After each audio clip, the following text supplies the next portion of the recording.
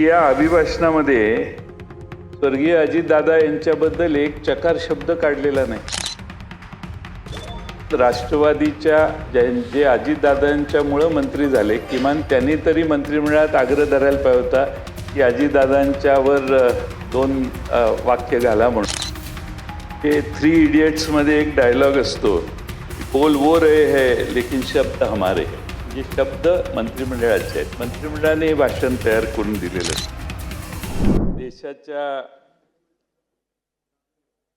अभिभाषणाचा देशाच्या राज्यघटनेत उल्लेख आहे. ह्या अभिभाषणाला घटनेमध्ये देखील एक विशेष मूल्य आहे. आणि अध्यक्ष महोदय, राज्यपालांनी असं घटनेत म्हटलेलं आहे की ही बैठक का बोलावली हे सांगणं राज्यपालांनी अभिप्रेत आहे. संपूर्ण अभिभाषणाच्या या भाषणात याबद्दल केवळ एका ओळीचा उल्लेख शेवटी करण्यात आलेला आहे. अध्यक्ष महोदय, राज्यपालांचं अभिभाषण म्हणजे मंत्रिमंडळाचं भाष्य. म्हणजे 3 इडियट्समध्ये एक डायलॉग असतो की बोल वो रहे है लेकिन शब्द हमारे है. म्हणजे शब्द मंत्रिमंडळाचे आहेत. मंत्रिमंडळाने हे भाषण तयार करून दिलेलं असतं. आणि मला आश्चर्याचा एक धक्का बसला की या अभिभाषणामध्ये स्वर्गीय अजितदादा यांच्याबद्दल एक चकार शब्द काढलेला नाही. किमान राष्ट्रवादीच्या जे अजितदादांच्यामुळं मंत्री झाले, किमान त्यांनी तरी मंत्रिमंडळात आग्रह धरायला पाहिजे होता की अजितदादांच्यावर दोन वाक्य घाला म्हणून.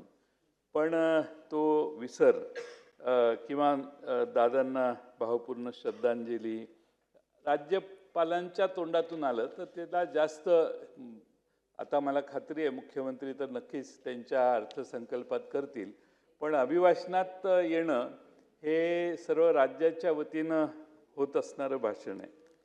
अध्यक्ष महोदय, खरं म्हणजे बोले तैसा चाले त्याची वंदावी पावले अशी आपल्यात मराठीत म्हण आहे. यामध्ये उक्तीत आणि कृतीत काही फरक होता कामा नये. अध्यक्ष महोदय, अभिभाषणाच्या सुरुवातीचं सगळ्या महापुरुषांची नावं घेतली. छत्रपती शिवाजी महाराजांचं घेतलं, भगवान बिरसा मुंडांचं घेतलं, अहिल्यादेवी होळकरांचं घेतलं.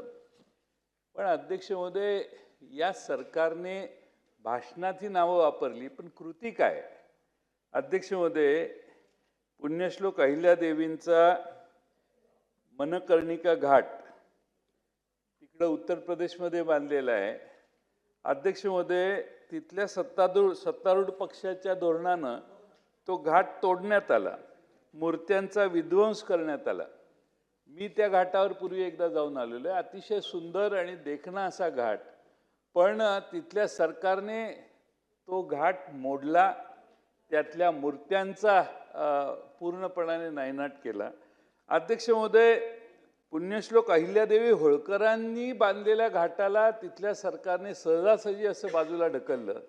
माझी सरकारला विनंती आहे की सरकारने पुन्हा जसा तो घाट होता तसाच बांधून घेतला पाहिजे आणि त्याची भरपाई त्या उत्तर प्रदेश सरकारने करायला सरकारने माननीय मुख्यमंत्र्यांनी त्यात पुढाकार घेतला पाहिजे.